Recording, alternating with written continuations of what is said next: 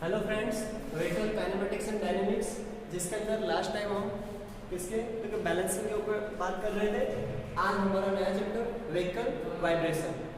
और vehicle vibration जिस तरीके से इन ऑटोमोबाइल, जो साइकिल से लेकर एरोप्लेन तक कोई भी व्हीकल हो, जिस तरीके से हम बात करें तो कि कार है, ट्रक है, कोई भी है, तो उसको बैलेंस करना हमारे लिए बहुत ज़रूरी है। लेकिन बैलेंस करने के लिए एक क्राइटेरिया है जो हमारे लिए जरूरी है, जिसको कहते हैं वाइब्रेशन। बिकॉज जितना हम ये टॉपिक को हम क्या कर देंगे, कम कर देंगे, तो हमारे लिए कोई भी व्हीकल है उसको बैलेंस करना हमारे लिए क्या हो जाएगा, बहुत बहुत इजी हो जाएगा। ये हमारे लिए सबसे मोस्ट इंपोर्टेंट चीज है। सो वाइब्रेशन, अब एक चीज है कि जो कार है हमारी, कोई भी व्हीकल है, ठीक है, जिस तरीके से हमारे पास ये व्हीकल है, ये कार है, अब यहाँ के बारे में जैसे हम समझे कार। अब सबसे मोस्ट इंपोर्टेंट चीज क्या है कि यहाँ पे जो कार है इसमें क्या है कि यहाँ से लेके लास्ट तक पूरी व्हीकल जो है उसको हमें क्या करना है, बैलेंस करना है, ठीक है। लेकिन there are different types of vibrations created in the car and दूसरे बहुत सारे ऐसे फोर्सेस है जो इसके ऊपर अप्लाइड हो रहे हैं। पहला तो है फ्रंट फोर्स, ठीक है, जिसको हम एयर रेजिस्टेंस कहते हैं, बाद में रोलिंग रेजिस्टेंस, वेट है, ऐसे बहुत सारे रेजिस्टेंस है जिसकी वजह से, और एक ब्रेकिंग करता है, ठीक है, क्लच। ये सब की वजह से जो व्हीकल है जिसके ऊपर बहुत सारे वाइब्रेशंस क्रिएट होते हैं, एक एंजिन वाइब्रेशन हो गए। तो अब ये सब वाइब्रेशंस जो है उसको समझने के लिए सबसे पहले हम समझते हैं टाइप्स ऑफ वाइब्रेशन। तो टाइप्स ऑफ वाइब्रेशंस क्या है उसके बारे में समझते हैं।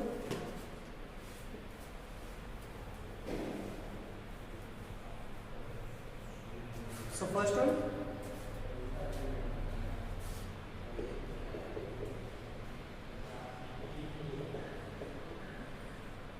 Types of vibrations.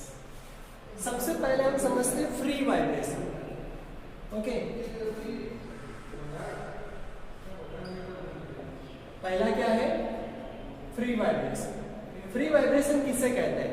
That means जिस तरीके से हमको पता है Newton first law, Newton second law, Newton third law, ठीक है। न्यूटन थर्ड लॉ तो हमको सबको पता है कि action and reactions are both are same but in opposite direction. जबकि पहला क्या है, क्योंकि जब तक हम कोई भी चीज के ऊपर बाह्य बल, दैट मीन्स एक्सटर्नल फोर्स नहीं लगाते, तब तक वो चीज अगर स्टेडी है तो स्टेडी रहेगी, और मोमेंटम में है तो मोमेंटम में रहने का प्रयत्न करती है। हम ऐसा नहीं कहते कि मोमेंटम में ही रहेगी, बिकॉज जिस तरीके से अर्थ है, हाँ, अर्थ करोड़ों सालों से घूम रही है, करोड़ों साल और भी घूमेगी, लेकिन हम ऐसा नहीं कह सकते कि आने वाले और करोड़ों साल तक उसकी जो प्राइमरी स्पीड थी वही प्राइमरी स्पीड वही कांस्टेंट रह पाएगी। बिकॉज आज के टाइम पे भी साइंस ऐसा कहता है कि करोड़ों साल पहले जो अर्थ की जो रोटेशनल स्पीड थी उसमें कुछ पर्टिकुलर माइनर डिफ्लेक्शन आया है। वही चीज न्यूटन ने भी बताई हुई है फर्स्ट लॉ में, कि जब तक कोई भी चीज पे एक्सटर्नल फोर्स अप्लाइड नहीं किया जाता तब तक वो चीज स्टेडी है तो स्टेडी रहेगी। हाँ, वो तो सिंपल सी चीज है कि मेरे पास यहाँ पे स्टूल है, स्टूल को जब तक मैं कोई एक्सटर्नल फोर्स नहीं दूंगा, व्हीकल को कोई एक्सटर्नल फोर्स या इंटरनल फोर्स नहीं मिलेगा, तब तक वो चीज तो स्टेडी रहेगी। लेकिन एक्सटर्नल फोर्स जो है अगर उसको मिल रहा है, ठीक है, तो वो चीज मोमेंटम में है तो मोमेंटम में रहेगी, और अगर एक्सटर्नल फोर्स नहीं मिल रहा है तो वो चीज जो है कंटिन्यूअस जो है मोमेंटम में है, तो वो मोमेंटम में रहने का प्रयत्न करती है। क्योंकि उस टाइम पे भी जो वैक्यूम यानी कि स्पेस जो है वहां पे जो क्रिएट हो रहा है, that means there is no any kind of external forces are applied on the vehicle. हम ऐसा एक क्राइटेरिया डिजाइन करते हैं। तो यहाँ तो ऑन दी अर्थ यहाँ पे ऐसा तो कभी हो नहीं सकता, लेकिन यहाँ एक चीज है कि जो हम ऐसा समझ ले कि जिस तरीके से हम बाइक है या कार है कोई भी है, जब हम उसकी परमिसिबल स्पीड, दैट मीन्स हम ऐसा समझे कि उसकी 90-100 की स्पीड के ऊपर हम जा रहे हैं और अचानक क्या कर रहे हैं, क्लच दबा के या तो ब्रेक दबा रहे हैं, कुछ नहीं ऑपरेशन कर रहे हैं, लेकिन हम उस कार को नॉर्मल छोड़ दे रहे हैं। या तो बाइक को जिस तरीके से हमने एक्सीलरेटर किया, 90 की स्पीड पहुंची, अब हम क्या कर रहे हैं, उसकी की को बंद कर रहे हैं। अब वो कंटिन्यूअस क्या हो रहा है, 90, 89, 88, 87, 86, 85, इस तरीके से उसकी स्पीड में क्या आता है, रिटार्ड आता है, ठीक है। और एक टाइम आता है उसकी स्पीड धीरे धीरे क्या हो जाएगी, जीरो हो जाएगी, उसकी स्पीड धीरे धीरे क्या हो जाएगी, जीरो हो जाएगी। दैट मीन्स क्यों ऐसा हुआ, कि जो 100 की स्पीड थी वो धीरे धीरे आके 0 हो गई, because there are different types of forces are applied on the vehicle, ठीक है, ड्यूरिंग ड्राइविंग। और देयर इज वहां पे हमने ऐसा देखा कि हाँ हमने तो इंजन का तो पावर है वो तो सेट ऑफ कर दिया, लेकिन कोई एक्सटर्नल फोर्सेस ऐसे हैं जो उसकी स्पीड को क्या कर रहे हैं, रजिस्ट कर रहे हैं, ठीक है। लेकिन न्यूटन ने ये बताया कि जब उसके ऊपर कोई एक्सटर्नल फोर्स अप्लाइड नहीं होता, ऐसा हम एज्यूम कर लें, तो वो चीज अगर मोमेंटम में है तो मोमेंटम में रहने का प्रयत्न करती है, ठीक है, वो प्रयत्न करती है। अब उस टाइम पे यहाँ क्या है कि जो व्हीकल है उसके अंदर जो कंटिन्यूअस वाइब्रेशंस क्रिएट हो रहे हैं, सपोज कि देयर इज इलास्टिसिटी,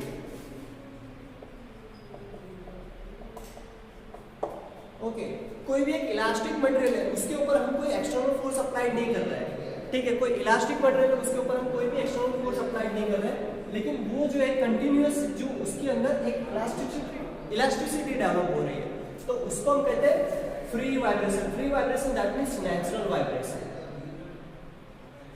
कि वहां पे कोई भी तरीके का एक्सटर्नल फोर्स नहीं है, ठीक है, फिर भी उसके अंदर जो वाइब्रेशंस क्रिएट हो रहे हैं तो उसको हम कहते हैं फ्री वाइब्रेशन और नेचुरल वाइब्रेशन।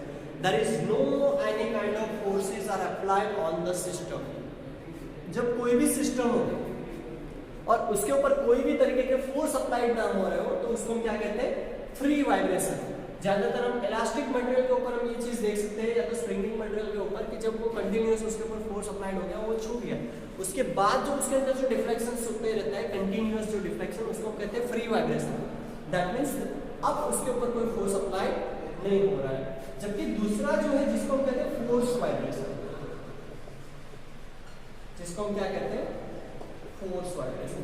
अब फ्री वाइब्रेशन अगर आपको समझ में आ गया तो फोर्स वाइब्रेशन आपके लिए बहुत इजी हो जाएगा, because force vibration that means क्या, कि फोर्स वाइब्रेशन के लिए हम ये समझ सकते हैं कि जहां पे कोई भी इलास्टिक मटेरियल है और उसके ऊपर कंटिन्यूअस फोर्स अप्लाइड हो रहा है, या तो एनी काइंड ऑफ कोई भी सिस्टम है जिसके अंदर कंटिन्यूअस फोर्स अप्लाइड हो रहा है, ठीक है, जिस तरीके से ये जो मटेरियल है हम ऐसा समझ लें कि एक मटेरियल है, ये कंटिन्यूअस खींचा जा रहा है, ठीक है, तो इसको हम कहते हैं फोर्स वाइब्रेशन। लेकिन जो ऐसे ही है और उसके ऊपर कोई भी फोर्स अप्लाइड नहीं हो रहा है, फिर भी ये चीज थोड़ी थोड़ी वाइब्रेट हो रही है, तो जिसको हम कहते हैं फ्री वाइब्रेशन, उसको हम क्या कहते हैं, फ्री वाइब्रेशन कहते हैं। तो अब हमारे लिए यहाँ पे जो फोर्स वाइब्रेशन के अंदर क्या है कि जो इलास्टिक मटेरियल है वो इलास्टिक मटेरियल के ऊपर कोई भी तरीके का एक्सटर्नल फोर्स यहाँ से, या तो कॉम्प्रेसिव फोर्स या तो इलास्टिक टेंसाइल फोर्स, कोई भी तरीके का फोर्स हम अप्लाई कर रहे हैं जिसकी वजह से उसमें कंटिन्यूअस वाइब्रेशंस आ रहे हैं, ठीक है, कोई भी चीज है जिसके ऊपर हम उसको कंटिन्यूअस घुमाते रहते हैं या any kind of force applied कर रहे हैं, तो जिसको हम क्या कहते हैं, फोर्स वाइब्रेशन। जिसको हम क्या कहेंगे, फोर्स वाइब्रेशन। और जिसके ऊपर कोई फोर्स अप्लाई नहीं हो रहा है तो जिसको हम कहेंगे फ्री वाइब्रेशन, ठीक है। अब इससे आगे हम बढ़ते हैं टाइप्स ऑफ वाइब्रेशन, जिसके अंदर और एक अलग तरीके से हम समझे तो एक और चीज है जिसको हम समझे तो क्या, डैम्प वाइब्रेशन। अब डैम्प वाइब्रेशन यानी क्या, जिस तरीके से हमारे कार में एक और चीज होती है जिसको हम कहते हैं वाइब्रेशन डैम्पर, उसी तरीके से डैम्प क्या करता है, कोई भी चीज को सक करता है या तो एब्जॉर्ब करता है। जिस तरीके से आपको पता हो तो एक चीज है, सपोज लाइक दैट एक ऐसी स्प्रिंग, ठीक है, तो यहाँ पे क्या हो रहा है कि जब हम कोई भी चीज को यहाँ से जब फोर्स अप्लाइड होता है, या तो ये कोई व्हीकल है जो डेंट में गिरता है, जिसकी वजह से स्प्रिंग सबसे पहले तो क्या होगी, कॉन्ट्रैक्ट होती है, इट मींस अंदर की तरफ खींची जाती है और कॉम्प्रेस होती है। उसके बाद वो क्या होती है, बाहर की तरफ डिफ्लेक्ट होती है, यानी कि उसके बाद वो अपने अंदर पहले एनर्जी स्टोर करती है और उसके बाद वो क्या करती है, एनर्जी को रिलीज करती है। तो उसके बाद यहाँ पे जो कंटिन्यूअस जो वाइब्रेशंस क्रिएट होते हैं, और पहले जो स्प्रिंग डिफ्लेक्शन था, अगर हम ऐसा देखें कि सबसे पहले ज्यादा था, उसके बाद उसका डिफ्लेक्शन जो है क्या हो रहा है, कम हो रहा है, कम हो रहा है, कम हो रहा है, कम हो रहा है। That means it's a damping, okay. So हम इसको कहते हैं डैम्प वाइब्रेशन, इसको हम क्या कहते हैं, डैम्प वाइब्रेशन। अब जिस तरीके से यहाँ पे हमारे पास एक और चीज है जिसको हम समझे तो कि लॉन्जिट्यूडिनल,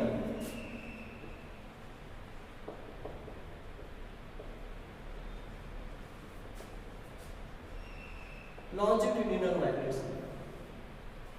अब लॉन्जिट्यूडिनल वाइब्रेशन क्या है, तो जिसको हम समझे तो जैसे कि हमारे पास कोई एक चीज है, ऐसे एक रस्सी है और इसके ऊपर कोई एक ऐसी चीज है जिसको हमने लटका के रखा हुआ है, ठीक है। अब इसको हम क्या कर रहे हैं, खींच रहे हैं।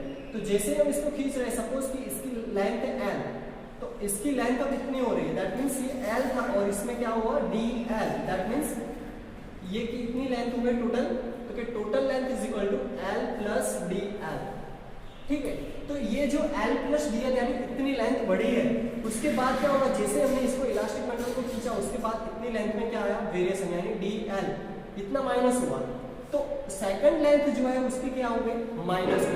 तो ये जो कोई भी चीज है जिसको हम खींच रहे हैं वापस वो ऊपर नीचे हो रही है, ठीक है, कंटिन्यूअस जो चीज ऊपर नीचे हो रही है, तो जिसको हम क्या कहते हैं लॉन्जिट्यूडिनल वाइब्रेशन कहते हैं। कोई भी चीज है जिसको हम खींचते जाते हैं और वो जब उसका जो मोमेंट है वो प्लस माइनस ऊपर की डायरेक्शन में, यानी वर्टिकल डायरेक्शन में कोई भी चीज प्लस माइनस होती है, उसके हाइट के अंदर प्लस माइनस होता है, तो जिसको हम क्या कहते हैं लॉन्जिट्यूडिनल वाइब्रेशन कहते हैं, उसको हम क्या कहते हैं लॉन्जिट्यूडिनल वाइब्रेशन। अब और एक टॉपिक, ये लॉन्जिट्यूडिनल वाइब्रेशन आपको समझ में आया होगा। सबसे पहले हमने फ्री वाइब्रेशन समझा, उसके बाद फोर्स वाइब्रेशन, उसके बाद डैम्प वाइब्रेशन, उसके बाद लॉन्जिट्यूडिनल वाइब्रेशन। अब हमारे पास है ट्रांसवर्स वाइब्रेशन। अब क्या है ट्रांसवर्स वाइब्रेशन। ट्रांसवर्स वाइब्रेशन किसे कहते हैं, तो ट्रांसवर्स वाइब्रेशन दैट मींस क्या, तो जिस तरीके से आपको पता होगा घड़ी के अंदर जो लोलक होता है वो किस तरीके से घूमता रहता है, तो कि वो कुछ इस तरीके से घूमता है, पेंडुलम मोशन इस तरीके से, ठीक है। जिस तरीके से सीसो होता है या जो भी है, तो वो सब किस तरीके से ऐसी मोशन में घूमते रहते हैं। तो ये जो मोमेंटम है जिसको हम कहते हैं ट्रांसवर्स वाइब्रेशन, यानी कोई भी चीज है जो इस तरीके से जो प्लस और माइनस इसके जो मोमेंटम होता है, अगर इसके ऊपर कोई एक्सटर्नल फोर्स अप्लाई नहीं होता तो इसका जो लोडिंग या तो वाइब्रेशंस जो है वो भी धीरे धीरे क्या होते हैं, उसके जो वाइब्रेशन से उसके ट्रांसवर्स धीरे धीरे क्या होते जाते हैं, कम होते जाते हैं। और अगर ट्रांसवर्स कम होते जाते हैं तो एक टाइम आता है वो धीरे धीरे कौन सी स्टेज पे आ जाता है, स्टेडी स्टेज में, that means A conical graph है, ठीक है। जिस तरीके से हम अलग अलग ग्राफ बनाते हैं उस हिसाब से ये हम कॉनिकल ग्राफ समझ सकते हैं कि जो ट्रांसवर्स वाइब्रेशंस होते हैं दैट मीन्स वो कुछ इस तरीके से पेंडुलमिंग वाइब्रेशंस होते हैं। जो पेंडुलम जिस तरीके से घूमता है वो डायरेक्शन में यहाँ पे ट्रांसवर्स वाइब्रेशंस हमको मिलते हैं। अब उसके बाद टॉर्शनल वाइब्रेशन।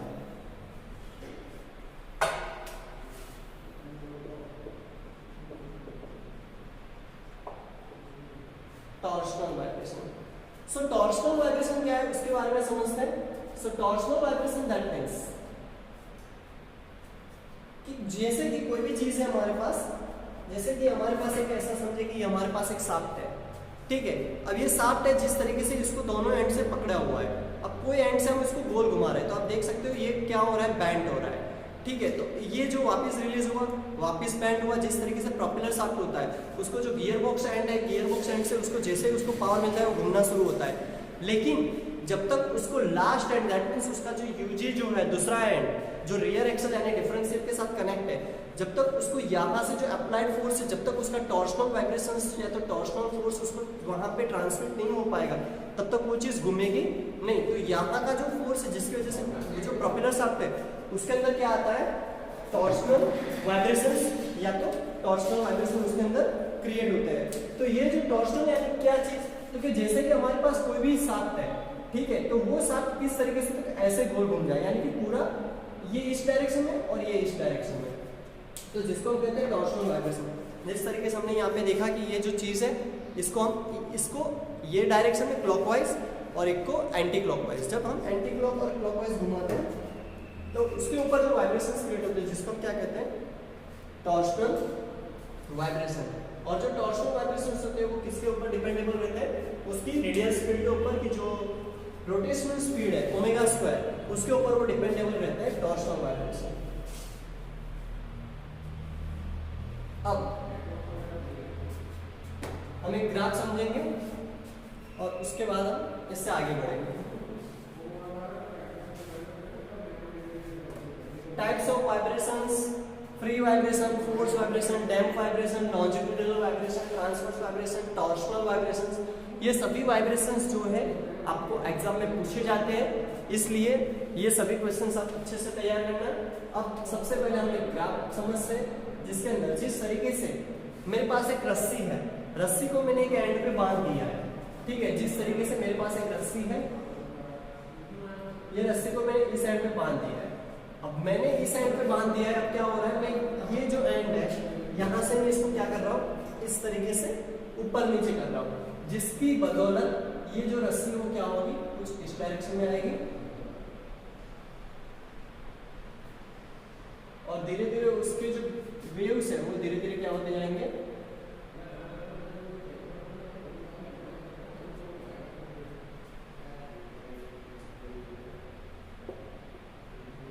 कम होते जाएंगे। ठीक है, कुछ इस तरीके से। तो ये जो है जिस तरीके से हमको इसे समझना है कि ये क्या हो रहा है। अब ऐसा जरूरी नहीं कि वो पहला वे ऊपर की तरफ भी जाएगा, नीचे की तरफ भी जा सकता है। आपने किस तरीके से उसको जर्क दिया है उसके ऊपर ये डिपेंड रहता है। इसलिए इसमें ज्यादा हमको कॉम्प्लेक्स नहीं रहना है, हमको सिर्फ ये समझना है कि कौन सी चीज क्या है और किस तरीके से। ठीक है, अब ये अगर ये जो कंटिन्यूअस ये वाइब्रेशन है, अब इसमें क्या हुआ कि मैंने सिर्फ एक बार जर्क दिया, दैट मीन्स अब उसके अंदर जो कंटिन्यूअस बाद में जो जर्क आएगा वो क्या होगा, फ्री वाइब्रेशंस रहेगा। लेकिन सबसे पहले जो हमने वाइब्रेट किया वो क्या था, फोर्स वाइब्रेशन, उसके बाद अब उसमें फ्री वाइब्रेशंस मिल रहे हैं। लेकिन जिस तरीके से प्रोपेलर शाफ्ट है, इंजन है, तो उसके अंदर जो भी कंटिन्यूअस वाइब्रेशंस है, ठीक है, प्रोपेलर शाफ्ट है तो टॉर्शनल वाइब्रेशंस उसके अंदर क्रिएट होते हैं। सो टॉर्शनल वाइब्रेशंस जो है उसका तो ग्राफ अगर देखने जाएंगे तो कुछ कंटिन्यूअस इस तरीके से हमको मिलेगा। ठीक है, बिकॉज वो कंटिन्यूटी ग्राफ रहेगा, जिसके अंदर हम ऊपर का सेगमेंट जिसको हम स्लूप कहते हैं, नीचे का सेगमेंट जिसको हम गर्त कहते हैं। ठीक है, जो आप 10th 11th 12th अगर उसमें अपने 11th 12th किया तो उसमें पता चलेगा, तो 10th के अंदर भी आता है ये सब मैथ्स में। ठीक है, कि ऊपर का जो सेगमेंट रहता है जिसको हम क्या कहते हैं, स्लूप कहते हैं। ठीक है, प्लस एम्पलीट्यूड, और इसको हम कहते हैं नेगेटिव एम्पलीट्यूड जिसको हम गर्त कहते हैं। ठीक है, तो ऊपर वाला जो सेगमेंट है यहाँ से हम देखें तो ये हम साइन वेव की तरीके से जो आपने sine zero is equal to 0, okay, sine 90 is equal to 1 and sine 180 is equal to again 0। That means यहां पे जो चीज है 0,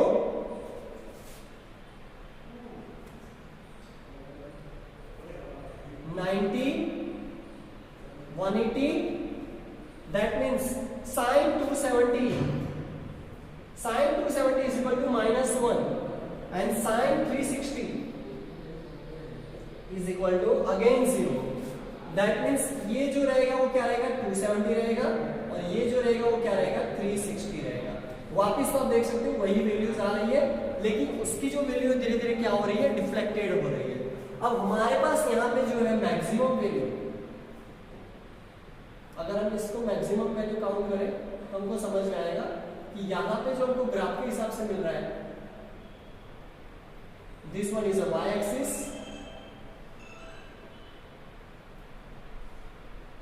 and this is a X axis. ठीक है, ओके। अब यहाँ पे जो हमको स्टडी करना है कि 0, ये जो वैल्यू है वहां पे 1 मिल रही है, यहाँ पे हमको क्या मिल रहा है, -1 मिल रहा है, अगेन 0, दैट मीन्स 0 1 0 -1 0। अगेन यहाँ जो 360 है उसके बाद जो वैल्यूज आ रही है, अगर इसमें और 90 ऐड करेंगे तो 450, 540, 630, उस तरीके से यहाँ 720 आएगा। ठीक है, उसी तरीके से वैल्यू जो है 0 से 1 हो रही है, 0 हो रही है, -1 हो रही है, अगेन 0 हो रही है। यहाँ जो हम ग्राफ समझ रहे हैं वाइब्रेशन ग्राफ के अंदर एक चीज हमको समझना है कि 0 जो है वहां से 1 0 -1 0, तो ये जो हुआ एक पर्टिकुलर इसको हम क्या कहते हैं, तो उसको हमको समझना है। उसके बाद वापस अगर वही चीज रिपीट हो रही है, जैसे कि यहाँ हम देखें कि ये जो चीज है इतना वाइब्रेशन हुआ, ये वाइब्रेशन जो है उसके बाद ये दूसरा एम्पलीट्यूशन है, अगर वो जो है वेव्स अगर उसके जैसे ही हो, there is no any kind of changes are there in the graph. अगर ये ग्राफ कुछ इस तरीके का हो,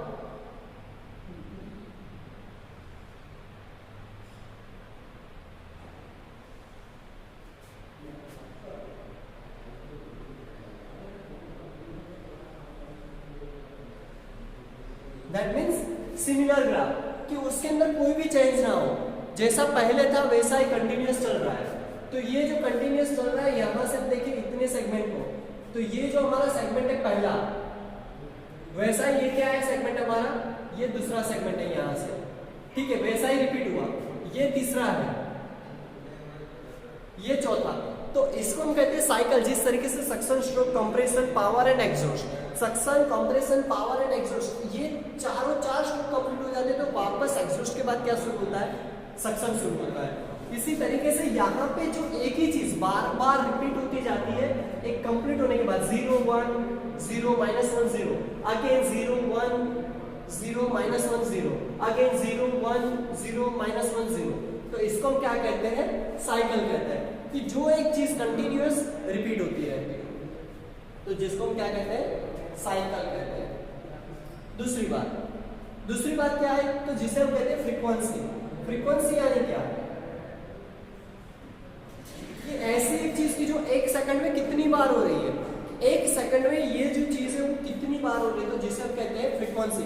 there are number of cycles in 1 second, एक सेकंड के अंदर कितनी साइकिल्स हो रही है, तो जिसे हम क्या कहते हैं, फ्रीक्वेंसी कहते हैं, जिसे हम क्या कहते हैं, फ्रीक्वेंसी कहते हैं।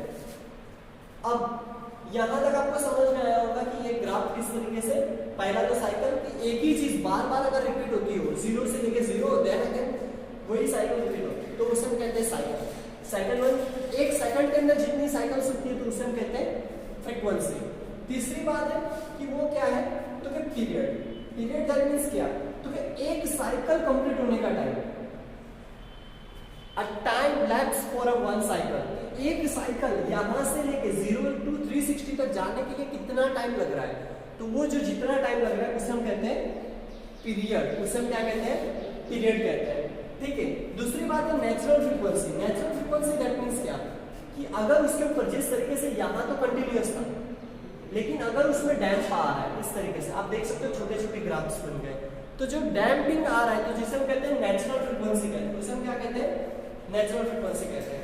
अब एक और चीज है जिसे हम कहते हैं मैक्सिमम रीच। मैक्सिमम रीच यहाँ पे आप देख सकते हो 1 है, तो ये जो 1 पॉइंट है जिसे हम कहते हैं maximum reach. Maximum reach that means क्या, कि जहां पे हमको सबसे मैक्सिमम वैल्यू मिलती है, मैक्सिमम वैल्यू यहाँ पे +1 भी है और -1 भी वैल्यू है, तो ये दोनों को हम क्या कहते हैं, मैक्सिमम रीच कहते हैं। उसके बाद है critical speed. Critical speed that means क्या, कि कोई भी एक चीज रोटेट हो रही है, जिस तरीके से हमारे पास यहाँ पे जो चीज है, ठीक है, ये व्हील के बारे में हम समझें, तो ये व्हील जो है अगर इस तरीके से रोटेट हो रहा है, आप देख सकते हो ये क्या हो रहा है, वॉबल हो रहा है। वॉबल दैट मींस कुछ इस तरीके से हो रहा है, ठीक है, तो ये वॉबल हो रहा है दैट मींस वो क्या है, कि वो अपनी क्रिटिकल स्पीड पे, ठीक, अपने जिस तरीके से हम इसको घुमा रहे हैं, आप देखो अगर हम इसको निकाल दें, आप देखो ये घूम रहा है, लेकिन अगर हम इसको इस तरीके से घुमाएं, आप देख सकते हो कि वो थोड़ा वॉबल हो रहा है, दैट मींस वो अपनी क्रिटिकल स्पीड पे पहुंच जाता है, जिसकी वजह से उसके अंदर क्या क्रिएट होने की शुरुआत होती है, वाइब्रेशंस क्रिएट होने की शुरुआत होती है, जिसको हम कहते हैं क्रिटिकल स्पीड की। जो एक पर्टिकुलर कोई भी व्हीकल या उसका जो भी रोटेटिंग पार्ट होता है, वो रोटेटिंग पार्ट अपनी एक स्पीड पे पहुंचने के बाद उसके अंदर क्या क्रिएट होने की शुरुआत होती है, वाइब्रेशंस, जिसको हम क्या कहते हैं, उसकी क्रिटिकल स्पीड। अब डिग्री ऑफ फ्रीडम, तो डिग्री ऑफ फ्रीडम किसे कहते हैं, तो डिग्री ऑफ फ्रीडम जिसे कहते हैं वो है कि ग्राफ के अंदर जितने डिग्रीज हम छोड़ देते हैं, ठीक है, अगर ये 0 है लेकिन हमारा जो ग्राफ है वो यहां से शुरुआत से और ये ग्राफ कुछ इस तरीके से जा रहा है, ऐसा जरूरी नहीं कि ग्राफ कैसा भी जाए, ठीक है, जिस तरीके से यहाँ जो हमारा ग्राफ है वो ग्राफ कुछ इस तरीके से शुरू हुआ और ये ग्राफ कुछ इस तरीके से चल रहा है, तो इसको हम कहते हैं उसकी डिग्री ऑफ फ्रीडम, कि यहाँ तक का जो सेगमेंट है इसको हम क्या कहते हैं, डिग्री ऑफ फ्रीडम, ठीक है। जिस तरीके से आपने देखा होगा कि जो ईसीजी निकालते हैं, इलेक्ट्रोकार्डियोग्राम, तो इलेक्ट्रोकार्डियोग्राम में आपने देखा है किस तरीके से, क्योंकि यहाँ से जिस तरीके से ये ग्राफ जाता है, टी वेव, ठीक है, तो ये जो वेव्स होते हैं जिसे हम कहते हैं, यहाँ पे जो आप देख रहे हो पी क्यू आर एस और जेड वेव्स, जो भी वेव्स होते हैं, जिसकी वजह से अगर ये कंटिन्यूटी है, जिस तरीके से यहाँ से स्टार्ट हुआ और यहाँ पे खत्म हुआ और यहाँ खत्म हुआ, ठीक है, तो यहाँ 0 है, यहाँ 0 है और यहाँ 0, उसके बाद एक चीज वापस रिपीट हो रही है, वापस यहाँ आया, ये ग्राफ वापस ऊपर गया, वापस यहाँ, अगर यहाँ, लेकिन अगर कहीं पे हार्ट बीट में प्रॉब्लम आती है तो हमको वो ग्राफ क्या दिखता है, थोड़ा डिफरेंशिएट दिखता है। तो ये जो चीज है जिसे हम क्या कहते हैं, डिग्री ऑफ फ्रीडम कहते हैं। तो यहाँ तक आपको सब कुछ समझ में आ गया होगा, डेफिनेशंस और जो भी मैंने आपको टाइप्स बताए हो अब नेक्स्ट लेक्चर से हम वाइब्रेशंस के अंदर और स्टडी करेंगे। Thank you.